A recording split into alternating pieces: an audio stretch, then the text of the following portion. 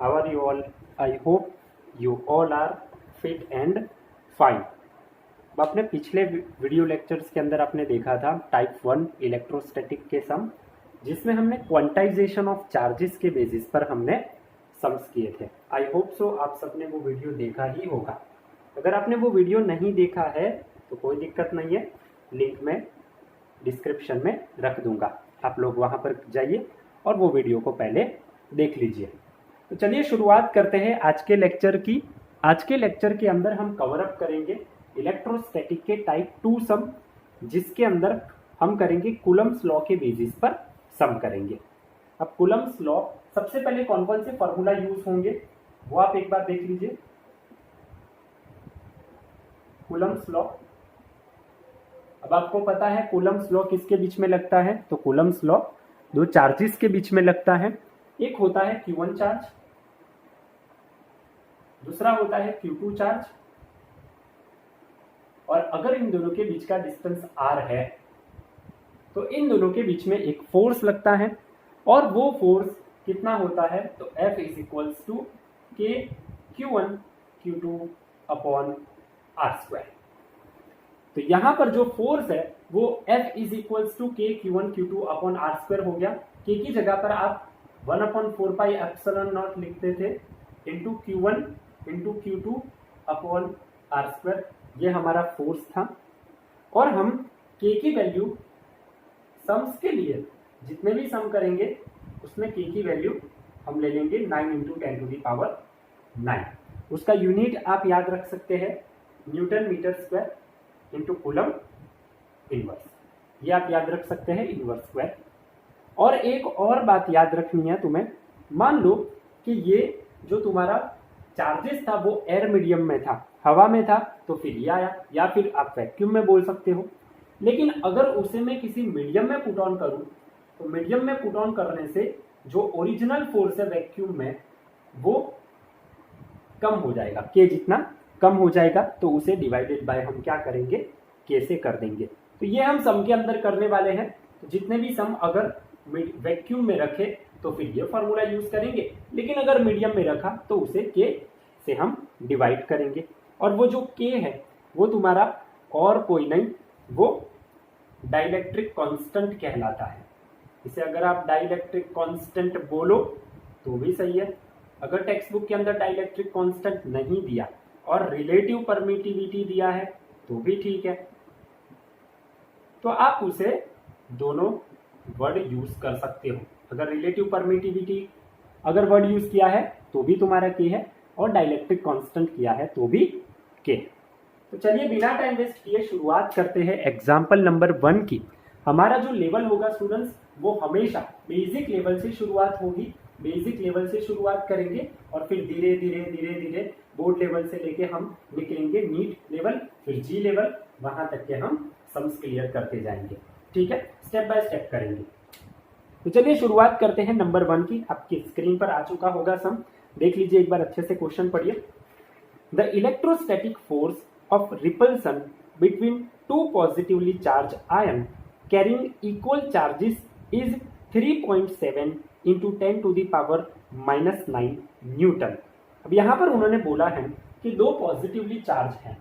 एक एग्जाम्पल में उन्होंने बोला है दो पॉजिटिवली चार्ज है, उनका डिस्टेंस पता नहीं है, लेकिन उन्होंने बोला है उन दोनों के जो बीच में फोर्स है वो फोर्स की value 3.7 into 10 to the power of -9 newton दिया हुआ है। When they are separated by a distance of 5 angstrom, अब उन दोनों के बीच का डिस्टेंस है 5 एंगस्ट्रॉम। अब स्टूडेंट्स आपको पता होना चाहिए एंगस्ट्रॉम से मीटर में रिलेशन पता होना चाहिए। तो R is equals to 5 angstrom दिया है। 5 एंगस्ट्रॉम की जगह पर आप 5 into 10 to the power of -10 metre भी लिख सकते हैं। ठीक है, अब आपके पास अब यहाँ पर क्या बोला है, टू इक्वल चार्जेस, देयरफॉर अगर मैं इसको Q कंसीडर करूं, इसको भी Q कंसीडर करूं तो भी कोई प्रॉब्लम होगी नहीं।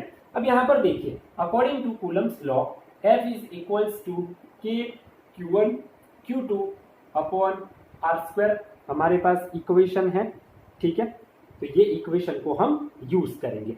अब आगे देखिए उन्होंने क्या लिखा है, when they are separated by a distance of 5 angstrom how many electrons are missing from each ion. अब हमें नंबर ऑफ इलेक्ट्रॉन्स यहाँ पर फाइंड करने हैं। ओके, अब नंबर ऑफ इलेक्ट्रॉन स्टूडेंट्स कब फाइंड कर सकते हैं, जब हमारे पास चार्ज हो, क्योंकि चार्ज का फॉर्मूला था Q = me।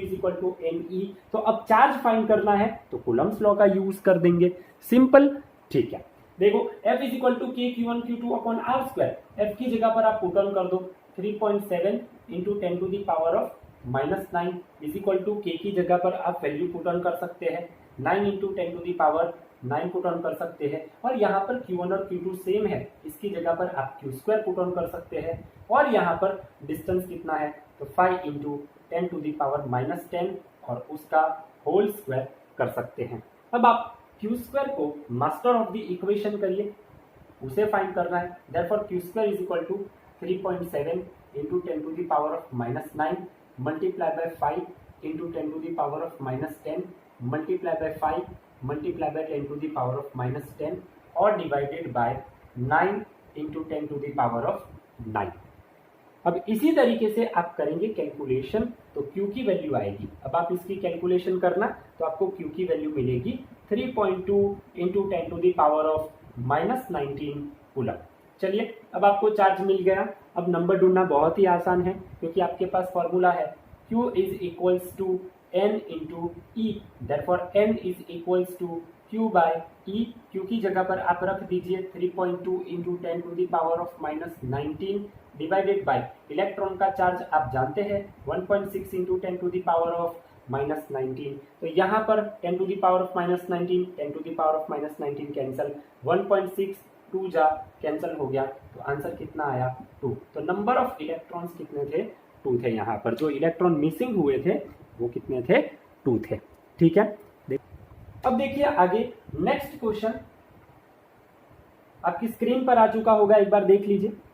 A free pith ball A of 8 gram carries a positive charge of 5 × 10⁻⁻8 coulomb.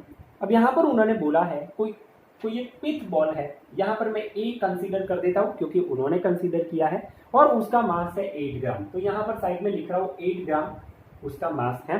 Carries a positive charge of 5 × 10⁻⁻8 coulomb, और उसका चार्ज है 5 × 10⁻⁻8 कूलम। अब पॉजिटिव बोल रहा है, सिर्फ दिमाग में याद रखना कि यहाँ पर जो Q1 है, यहाँ पर मैं अगर Q1 कंसीडर करूँ तो Q1 है वो कैसा है, पॉजिटिव है नेचर के अंदर।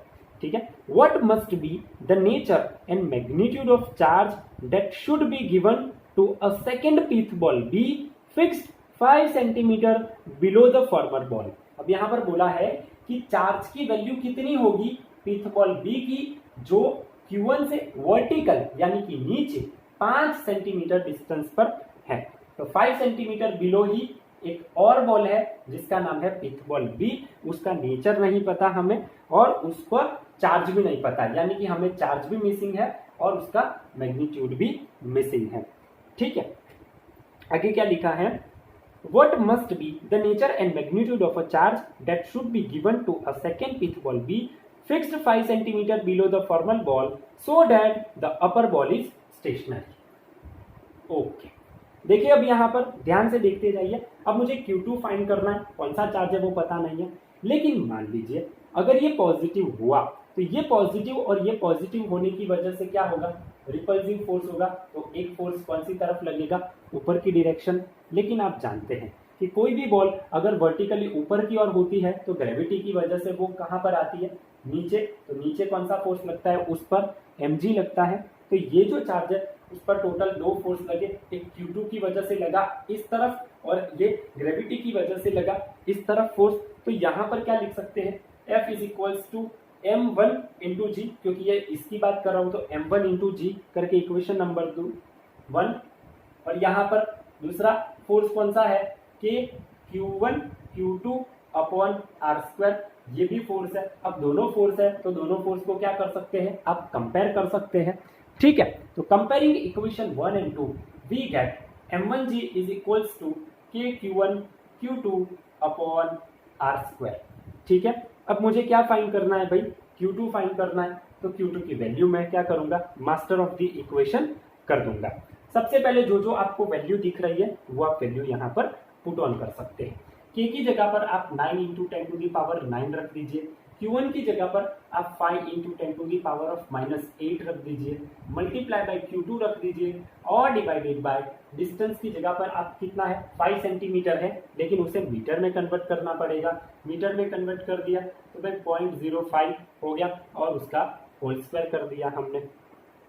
ठीक है, इज इक्वल्स टू m1, तो m1 कितना है 8 ग्राम है, लेकिन ग्राम चलेगा नहीं, केजी में कन्वर्ट करने के लिए डिवाइडेड बाय 1000 तो मल्टीप्लाई बाय कर दिया, और g की वैल्यू नहीं पता इसीलिए 9.8 लिख दिया। अगर दिया हो 10 तो 10 पुट ऑन करो, ना दिया हो तो 9.8 पुट ऑन कर दो। अब Q2 को मास्टर ऑफ द इक्वेशन कर दो, therefore Q2 is equal to 8 into 10 to the power of -3 multiply by 9.8 multiply by 0.05 into 0.05 divided by 9 into 10 to the power of 9 multiply by 5 into 10 to the power of -8। अब इसको आप अच्छे से calculator से calculate करिए, या फिर अगर नीट के स्टूडेंट है तो बिना कैलकुलेटर की मदद से कैलकुलेट करिए। तो इसकी कैलकुलेशन करेंगे तो आंसर आएगा 4.36 into 10 to the power of -7। अब ये रिपल्सिव फोर्स क्यों होगा, क्योंकि ये पॉजिटिव है, तो इसका नेचर कैसा होगा, पॉजिटिव होगा। ठीक है, याद रखिए, यहां पर ले लीजिए स्क्रीनशॉट आप। ओके, अब देखिए नेक्स्ट जो सम है वो आपकी स्क्रीन पर आ चुका होगा। चलिए, a particle of mass m and carrying a charge -q1। अब एक पार्टिकल है जिसका मास m है और उसका चार्ज है -q1, is moving around a charge q2। एक Q2 चार्ज है यहां पर कंसीडर कर रहा हूं, और एक Q2 चार्ज पर एक और चार्ज है -q1, ये रहा -q1 कंसीडर करो, वो ऐसे सर्कुलर पाथ के अंदर ऐसे घूम रहा है, ऐसे रोटेट कर रहा है। अब जो बोल रहा है उसे ही हम लिख रहे हैं, क्वेश्चन को अच्छे से पढ़ो और उसको फील करो। ठीक है, moving around a charge Q2 along a circular path of radius r, यहां से रेडियस है r। ओके, ठीक है, prove that the period of revolution of a charge -q1 about q2 is given by this। अब period of revolution हमको prove करना है, कितना करना है 16 पाई cube into epsilon not mr cube upon q1 q2। ठीक है, चलिए अब छोटा सा कॉन्सेप्ट याद करिए, शायद आपको पता होगा और ये बात जानते भी होंगे कि अगर कोई भी चार्ज या कोई भी बॉडी, चार्ज छोड़ो, कोई भी बॉडी अगर सर्कुलर पाथ पर घूमती है तो वो किसकी वजह से घूमती है, तो उस पर एक फोर्स लगता है, और वो फोर्स कौन सा होता है, centripetal force. Correct, centripetal force होता है। तो सेंट्रीपिटल फोर्स की वजह से वो क्या करेगी, घूमेगी। नेगेटिव चार्ज है, अगर इसका मैग्नीट्यूड नेगेटिव चार्ज है तो वो भी अट्रैक्शन करेगा, तो दोनों कैसा होगा, इक्वल होगा। तो किसी भी बॉडी को सर्कुलर पाथ में घुमाने के लिए सेंट्रीपिटल फोर्स का लगना जरूरी है, या फिर ऐसा बोल सकते हैं कि सेंट्रीपिटल फोर्स की वजह से ही बॉडी घूमती है। तो यहां पर ऐसा लिख सकते हैं कि force of attraction between two charges is equals to centripetal force.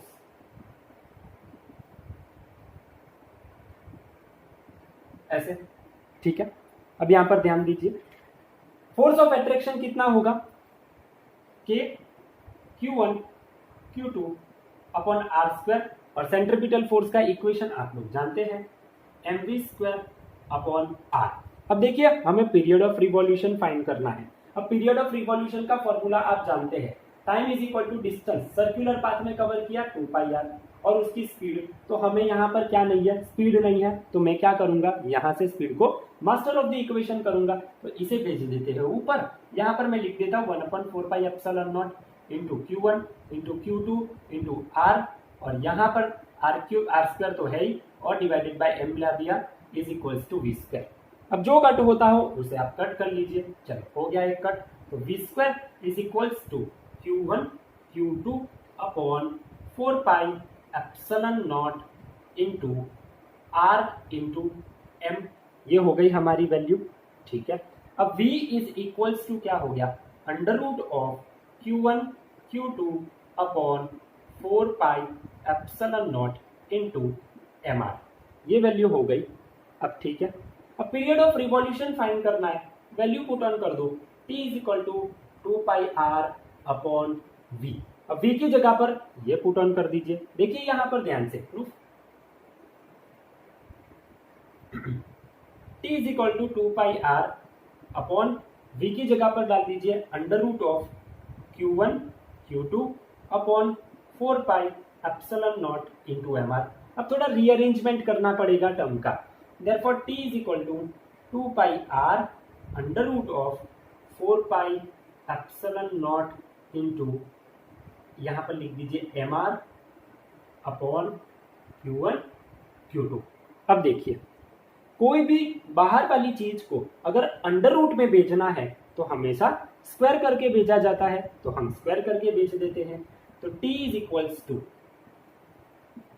Equals to under root of, अब 2 का स्क्वायर क्या हो जाएगा 4 और 4 4 जा 16। देखिए पाई का अंदर जाएगा तो पाई स्क्वायर और मल्टीप्लाई बाय पाई होगा तो पाई क्यूब हो गया।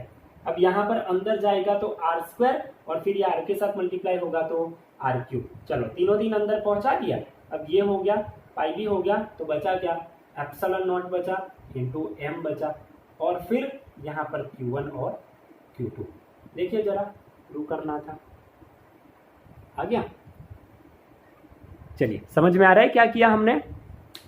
अब देखिए नेक्स्ट सम आपकी स्क्रीन पर आ चुका होगा, एक बार वो भी देख लीजिए। अब लिखा है 2 particle each of mass 5 gram and charge 1 × 10⁻⁻7 coulomb. अब 2 पार्टिकल है जिसका चार्ज कितना है, जिसका चार्ज हमें दिया है इक्वल चार्ज दिया है, तो यहाँ पर ऐसा लिख सकते हैं Q1 is equals to Q2 is equals to 1 × 10⁻⁻7 coulomb. Stay in limiting equilibrium on a horizontal table.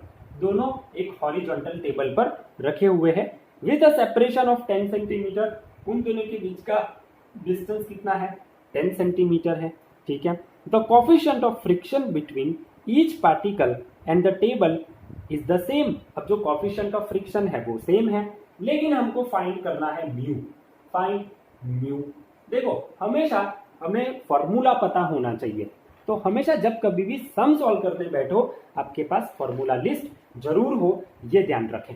अब हमको पता है क्लास 11th में पढ़ चुके हैं F is equal to mu into mg, ये हम इक्वेशन पढ़ चुके हैं, ठीक है। तो अब यहाँ पर म्यू फाइंड करना है तो F अपॉन mg, हमारे पास मास है 5 ग्राम, तो यहाँ पर m इज इक्वल टू 5 ग्राम है, तो ये भी मिल गया। g आप वैल्यू पुट ऑन कर सकते हो डायरेक्ट ही 9.8 पुट ऑन कर सकते हो, लेकिन फोर्स की वैल्यू नहीं है, तो फोर्स की वैल्यू यहाँ से मिल जाएगी। F is equal to k Q1 Q2 upon are square मिल गया आपको। k की जगह पर आप रख दो 9 × 10⁻9। Q1 और Q2 की जगह पर सेम है तो डायरेक्ट Q स्क्वायर कर दे तो 1 × 10⁻⁻7, और यहाँ पर होल स्क्वायर कर दे तो भी कोई प्रॉब्लम होनी चाहिए नहीं। अब यहाँ पर 10 सेंटीमीटर है तो डायरेक्ट ही हम कन्वर्ट कर देते हैं 0.10 मीटर और उसका होल स्क्वायर। अब यहाँ से आप कैलकुलेट करेंगे उसको तो आंसर आएगा 0.009 न्यूटन। अब आपको फोर्स की वैल्यू मिल गई। अब आपके पास फॉर्मूला है F is equals to mu into mg, तो उसमें पुट ऑन कर दीजिए, तो mu is equal to F upon mg हो जाएगा। F की जगह पर आपके पास है 0.009 अपॉन मास की जगह पर आप पुट ऑन कर दीजिए 5 × 10⁻³ और g की जगह पर आप पुट ऑन कर सकते हैं 9.8। अब आप इन सबको सॉल्व करेंगे तो आंसर मिलेगा 0.18, याद रखना है। देखिए अब नेक्स्ट एग्जाम्पल आपकी स्क्रीन पर आ चुका होगा, एक बार देख लीजिए। अब ये जो सम है वो एनसीईआरटी के बेस का सम है, आपकी एनसीईआरटी में ये सम आपको मिल जाएगा। अब लिखा हुआ है 2 insulated charge copper sphere A and B have their centers separated by a distance 50 centimetre. अब 2 चार्ज हैं जिनके सेंटर से डिस्टेंस है और इन दोनों के बीच का डिस्टेंस है 50 सेंटीमीटर, ओके। फिर आगे क्या लिखा है, what is the mutual force of electrostatic repulsion. अब इलेक्ट्रोस्टैटिक रिपल्सन कितना है, मान लीजिए ये एयर है तो Fl is equal to question mark, if a charge on each is 6.5 into 10⁻⁻⁷। अब हमारे पास चार्ज है 6.5 इंटू 10⁻⁻⁷ कूलम। ये हमारे पास चार्ज है। The radii of A and B are negligible compare to distance of separation, यानी कि ये जो रेडियस है वो बहुत ही कम है, नेग्लिजिबल है, तो उसे कंसीडर नहीं करेंगे। Also compare this force with their mutual gravitational acceleration. ओहो, अब हमको Fg के साथ भी कंपैरिजन करनी है, ठीक है। इफ ईच वेट 0.5 kg, अब उसका मास दे दिया है m1 = m2 = 0.5 kg। चलिए ठीक है, देखिए यहां पर कैलकुलेशन। अब सबसे पहले इलेक्ट्रोस्टैटिक फोर्स फाइंड कर दो। F = K Q1 Q2 upon r²। K की जगह पर 9 × 10⁹, Q1 की जगह पर क्या रखेंगे भैया, सेम है 6.5 × 10⁻⁻⁷, उसका होल स्क्वायर कर दीजिए। अपॉन r की जगह पर क्या रख सकते हैं 50 सेंटीमीटर, तो मीटर में कन्वर्ट कर दिया तो 0.50 का होल स्क्वायर कर दिया। तो यहाँ पर आपको कितना मिलेगा 1.5 × 10⁻⁻² न्यूटन। ये तुमको इलेक्ट्रोस्टैटिक फोर्स मिल गया। अब इसी फोर्स को कंपेयर करना है आपको किसके साथ, ग्रेविटेशनल फोर्स। Fg = हमने इक्वेशन पढ़ा हुआ है क्लास 11th के अंदर ग्रेविटेशन में, G m1 m2 upon r², ये हमने पढ़ा हुआ है, ठीक है। यहाँ पर देखो G की वैल्यू आप जानते हैं 6.67 × 10⁻⁻11। m1 m2 दोनों सेम है, तो यहाँ पर 0.5 का होल स्क्वायर कर दूं तो बोलो किसी को कोई दिक्कत होगी नहीं। अब r की जगह पर क्या पुट ऑन कर सकते हैं 0.5 का होल स्क्वायर। देखो यहाँ पर अपने आप रिडक्शन बहुत सारा हो गया, 6.67 × 10⁻⁻11 यहाँ पर न्यूटन आया। तो ऐसा बोल सकते हैं कि Fg is less than Fa, कम है, बहुत ही ज्यादा कम है, ठीक है। अब देखिए इतना स्क्रीनशॉट ले लीजिए पहले, ओके। चलिए अब आगे उसने क्या लिखा है क्वेश्चन में, सेकेंड पार्ट हमको है, what is the force of repulsion if each sphere charge double the amount of charge. अब केस नंबर 2 है, केस नंबर 2 के अंदर वो क्या बोल रहा है सेकेंड पार्ट के अंदर कि चार्ज अब डबल कर दिए हैं हमने। अब चार्ज डबल कर दिए हैं तो उससे फोर्स ऑफ रिपल्सन कितने होंगे, and the distance between them is half. मैंने चार्ज को डबल किया, देखो केस नंबर 2 में चार्ज डबल हुआ और जो डिस्टेंस है वो हाफ कर दिया। सुनो यहाँ पर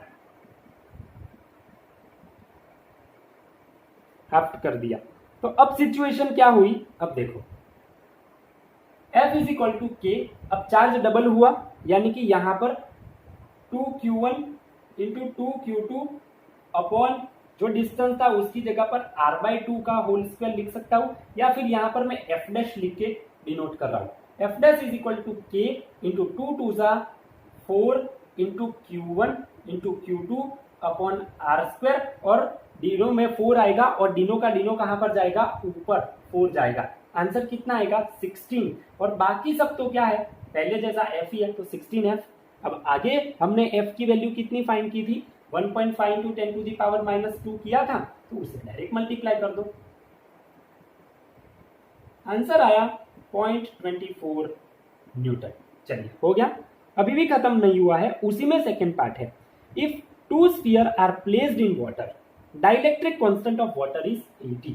अब इसमें वन पार्ट और सेकेंड पार्ट, उसमें क्या लिखा है कि अगर दोनों स्फीयर कहां पर रख दिए, वाटर में रख दिया। हमने सीखा था F medium is equal to air divided by K। अब F एयर कितना आया था हमारा 1.5 × 10⁻⁻² आया था, और K डाइलेक्ट्रिक कांस्टेंट वाटर का देखो क्वेश्चन में दिया हुआ था कितना 80 दिया हुआ था। डिवाइड कर दो, आंसर मिल जाएगा तुम लोगों को 1.9 × 10⁻⁻4 न्यूटन। तो इस तरीके के सम भी आ सकते हैं, और बहुत ही अच्छा सम है। देखिए नेक्स्ट आपकी स्क्रीन पर क्वेश्चन होगा, अब शांति से पढ़ते हैं। Suppose the sphere A and be in example number 9, जो हमने आगे पढ़ा वो have identical size, size same है। A third sphere of same size but uncharged is brought in contact with the first। देखिए ये A चार्ज, मान लो एक A है और इसका चार्ज Q है, सुनो यहाँ पर ध्यान से, और एक यहाँ पर B है और इसका चार्ज भी फिलहाल Q है। अब क्या बोला है उसने, A third sphere of same size but अनचार्ज is brought in contact with first charge. तो केस नंबर 1 के अंदर क्या होता है, ये ए है और उसके साथ एक अनचार्ज आ जाता है। यहाँ पर सी ले लेता हूं जिसका चार्ज 0 है, चार्ज इज इक्वल टू 0। अब देखो आपने देखा था कि एक चार्ज ऐसे है और दूसरा चार्ज ऐसे है, तो दोनों में चार्ज क्या है, इक्वली फ्लो हो जाएगा। अगर यहाँ पर Q है पहले से, तो यहाँ पर छूने से, अब छूने से क्या सिचुएशन होगी, कंडक्शन, और कंडक्शन में दोनों चार्ज कैसे हो जाते हैं, इक्वली डिस्ट्रीब्यूट हो गए, तो उसकी वजह से क्या होगा, ए में और सी में Q/2 चार्ज हो गया। ये इतनी कंडीशन है। अब क्या पूछा है आगे, then brought in contact with second. अब वही जो चार्ज है सी, वो सेकेंड की कॉन्टेक्ट में आया। किसकी कॉन्टेक्ट में, बी की कॉन्टेक्ट में। ध्यान से समझना, अब बी का तो पहले से ही चार्ज Q है और Q/2 चार्ज वाला सी उसके साथ टच किया, तो अब आंसर कितना आएगा, बी और सी टकराने के बाद। फिर एवरेज ले लो उनका, और एवरेज लिया तो कितना आया, 3Q/4 और 3Q/4। Okay, and finally removed from both. अब दोनों में से रिमूव कर दिया, दोनों में से रिमूव कर दिया मीन्स ये ए बचा और ये बी बचा, लेकिन इसका चार्ज है अब Q/2 और इसका चार्ज है 3Q/4। What is the new force of repulsion between A and B. अब ए और बी के बीच में new force of repulsion find करना है। सिंपल, चल इन दोनों का डिस्टेंस मैं r कंसीडर करके चल रहा हूं। Therefore F is equals to K, यहाँ पर Q1 की जगह पर मैं रख देता हूँ Q/2 और Q2 की जगह पर रख देता हूँ 3Q/4 और यहाँ पर r² रख देता हूँ। अब इसको जरा सॉल्यूशन करते हैं। K into Q into 3Q divided by 8 r² हो गया। 3/8 को बाहर ले लो, 3/8 into K into Q² upon r²। अब ये जो K² अपॉन r² है वो क्या है, F ही है तुम्हारा, और वो हमने आगे के सम में क्या वैल्यू फाइंड की थी, हमने 1.5 इंटू 10⁻⁻² फाइंड की थी, ठीक है, इंटू 10⁻⁻² फाइंड की थी। सॉल्यूशन कर दो, आंसर आया 5.7 इंटू 10⁻³ न्यूटन। तो स्टूडेंट्स ये था हमारा आज का पार्ट 1 लेक्चर। यही अभी इलेक्ट्रोस्टैटिक के type 2 sum based on coulomb's law, अभी कूलम्स लॉ का हमने पार्ट 1 शूट किया है, जिसके अंदर हमने अभी आपको जो सम करवाए वो है। इसके आगे भी बहुत सारे सम्स हैं कि जहाँ पर 0 होगा, इक्विलिब्रियम एस्टेब्लिश होगा, ये सब चीज़ों के बारे में हम नेक्स्ट वीडियो के अंदर शूट करेंगे। और जो कूलम्स लॉ का वेक्टर फॉर्म है वो उसके आने वाले वीडियो के अंदर हम शूट करेंगे। आई होप आप सबको पता चला होगा, एक्सप्लेनेशन पता चला होगा। अगर आपको पता चल रहा है और आपको समझ में आ रहा है तो आप क्या कर सकते, लाइक कर सकते, सब्सक्राइब भी कर सकते और शेयर भी कर सकते हैं, क्योंकि आपका एक शेयर, आपका एक लाइक और आपका एक कमेंट हमारे लिए बहुत ही ज़्यादा यूजफुल है और आगे आने वाली वीडियो को अपलोड करने के लिए एक मोटिवेशन का जरिया है। ठीक है, तो जल्दी से मिलते हैं लेक्चर नंबर 3 के अंदर, जिसमें हम टाइप 2 को ही कंटिन्यू करेंगे।